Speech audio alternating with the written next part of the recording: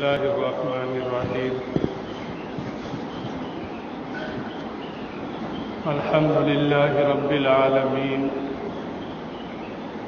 والصلاة والسلام على سيد الأنبياء والمرسلين وعلى آله وصحبه أجمعين أما بعد قال الله تبارك وتعالى أعوذ بالله من الشيطان الرجيم بسم الله الرحمن الرحيم يا أيها الناس كلوا مما في الأرض حلالا طيبا ولا تتبعوا خطوات الشيطان إنه لكم عدو مبين وقال رسول الله صلى الله عليه وسلم من أكل طيبا وعمل في سنة وأمن الناس بوائقه دخل الجنة أو كما قال عليه الصلاة والسلام.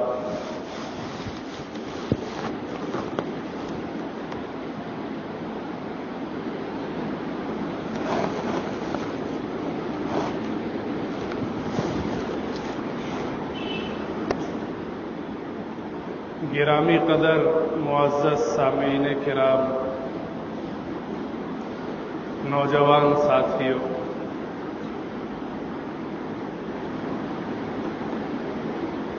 ایک مومن کے لیے اس دنیا میں ایسی زندگی گزارنا ضروری ہے کہ اس زندگی کے بدلے میں اللہ رب العزت اسے جنت نصیب فرمائے.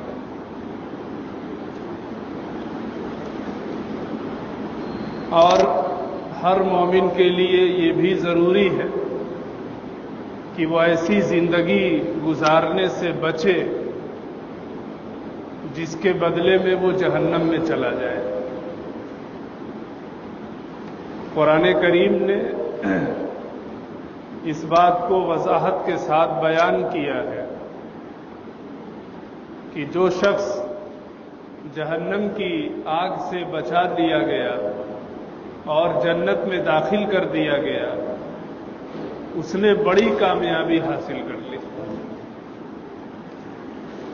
دنیا میں اسے بڑی کامیابی ملے نہ ملے، اگر آخرت میں بڑی کامیابی حاصل کرنی ہے تو ایسی ہی زندگی گزارنا ہر مومن کے لیے ضروری ہے جس کے بدلے میں اللہ اسے جہنم سے بچا لے اور جنت میں داخل کر دے.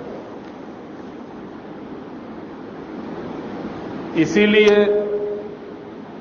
سرکار دو عالم صلی اللہ علیہ وسلم نے اپنی امت کو مختلف ایسے اعمال بتلائے ہیں کہ اگر ان اعمال کو اختیار کیا جائے اور اس پر پابندی کے ساتھ حضور صلی اللہ علیہ وسلم کی محبت و عشق سے سرشار ہو کر عمل کیا جائے تو اللہ رب العزت اس کی برکت سے، اپنے فضل سے اسے جنت عطا فرمائیں گے. ایسی ہی ایک حدیث ترمذی شریف میں وارد ہوئی ہے جس میں اللہ کے رسول صلی اللہ علیہ وسلم نے جنت میں جانے کے لیے، جنت میں داخل ہونے کے لیے 3 کام بتائے کہ اگر کوئی مومن ان 3 کاموں کو کر لے اللہ رب العزت اسے جنت میں داخل کریں گے. پہلا کام آپ صلی اللہ علیہ وسلم نے ارشاد فرمایا من اکل طیبا، جو مومن حلال اور پاکیزہ رزق کا اہتمام کرے گا، اس کے پیٹ میں حرام، مکروہ اور مشتبہ کوئی چیز نہیں جاتی ہے. وہ کم کھاتا ہے لیکن حلال کھاتا ہے۔ طیب اور پاکیزہ غذا استعمال کرنا جنت میں داخل ہونے کے لیے ضروری ہے۔ قرآن کریم کا اگر جائزہ لیا جائے، لوگوں کو بھی قرآن نے حلال کھانے کا حکم دیا اور رسولوں کو بھی حلال کھانے کا حکم دیا۔ اللہ رب العزت نے ایک موقع پر ارشاد فرمایا، یا ایھا الناس، اے لوگو، قیامت تک آنے والے تمام لوگ اس کے مخاطب ہیں، ہم اور آپ بھی اس آیت کے مخاطب ہیں۔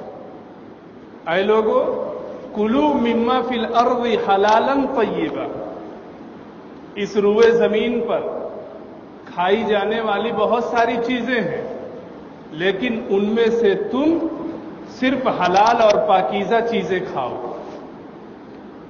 حلال اور پاکیزہ چیزوں کے اہتمام کا حکم دیا گیا، اور ساتھ میں یہ بھی کہا گیا کہ چونکہ حرام چیزوں کے استعمال میں نفس کو بڑا مزہ آتا ہے،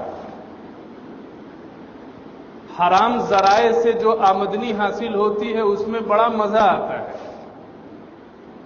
تو قرآن کریم نے کہا وَلَا تَتَّبِعُوا خُطُوَاتِ الشَّيْطَانِ، کہ دیکھو حلال اور پاکیزہ غذا کے اہتمام میں نفس سے اور شیطان سے مقابلہ کرنا پڑے گا۔ وہ تمہیں قدم قدم پر حلال کے اہتمام میں رکاوٹ پیدا کرے گا، حرام کی طرف، مشتبہ کی طرف، مکروہ کی طرف تمہیں لے جائے گا، تو اس کی باتوں میں نہ آنا۔ وَلَا تَتَّبِعُوا، پیروی نہ کرنا شیطان کے نقش قدم کی۔ کیوں؟ اِنَّهُ لَكُمْ عَدُوٌّ مُّبِينٌ، وہ تمہارا کھلا ہوا دشمن ہے، اور دشمن کا کام ہے دشمنی نکالنا۔ دشمن کا کام سیدھا راستہ بتانا نہیں ہوتا ہے، وہ تو سامنے والے کو ہمیشہ اپنی دشمنی کے پیش نظر ہلاکت میں ڈالنا چاہتا ہے، برباد کرنا چاہتا ہے، اور ایک مومن اسی وقت برباد ہوگا جب وہ حرام کام کرنے لگ جائے اور حرام غذا استعمال کرنے لگ جائے۔ یہ تو لوگوں کو حکم دیا گیا، حلال غذا کا اہتمام کس قدر ضروری چیز ہے۔ قرآن کریم نے دوسری جگہ تمام انبیاء کو اپنے اپنے دور میں اس بات کا حکم دیا کہ وہ بھی حلال غذا استعمال کریں۔ کہا گیا یا ایھا الرسول، اے پیغمبرو، اللہ کے جتنے پیغمبر ہیں اپنے اپنے دور میں سب کو کہا گیا کلو من الطیبات، کہ دیکھو پاکیزہ چیزوں کو ہی استعمال کرنا، واعملوا صالحا، اور نیک اعمال کرنا۔ حافظ ابن کثیر رحمۃ اللہ علیہ نے قرآن کریم کی جو تفسیر لکھی ہے، تفسیر ابن کثیر کے نام سے، اس آیت کے ذیل میں وہ لکھتے ہیں کہ اس آیت سے معلوم ہوا کہ عمل صالح کی توفیق میں حلال غذا کا بڑا دخل ہے۔ نمازوں کی توفیق ملنے میں، روزوں کی توفیق ملنے میں، حج کی توفیق ملنے میں، زکوٰۃ کی توفیق ملنے میں، اور دیگر اچھے کاموں کی توفیق ملنے میں اکل حلال کا بڑا دخل ہے۔